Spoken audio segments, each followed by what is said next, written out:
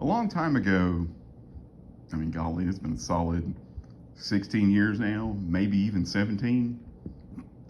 A friend of a friend's was having a baby. This was in high school.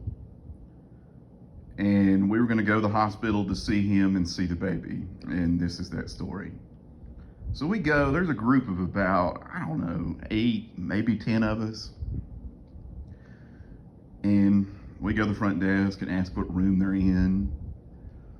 And we go to the room they sent us to. We go in there and there's just one guy just sitting there. And we're like, hey, is this Dustin's room? And he's like, yeah, but let me take you somewhere else. Turns out it was the girl that just gave birth's dad, and he probably wasn't in too good a mood that his 16-year-old daughter just had a baby.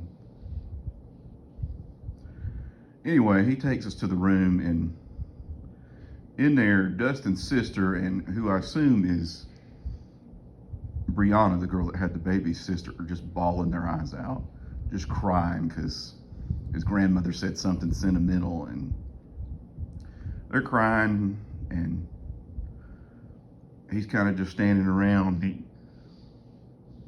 and he's like, oh, y'all want to go in and see the baby?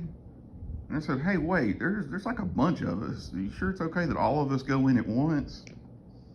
No, man, it's fine. And we go in there, and Brianna looks at us like we've come to take her baby and throw it into a dumpster. She gives us such a look of loathing and anger. Like, I can't even do it to this day. Like, it was just such a look of contempt and anger.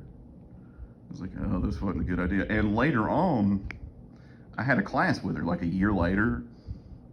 And I said, hey, do you remember that? She said, yes. Yes, I do. So she still hadn't forgotten how angry. I'd just given birth. I felt awful. I looked awful.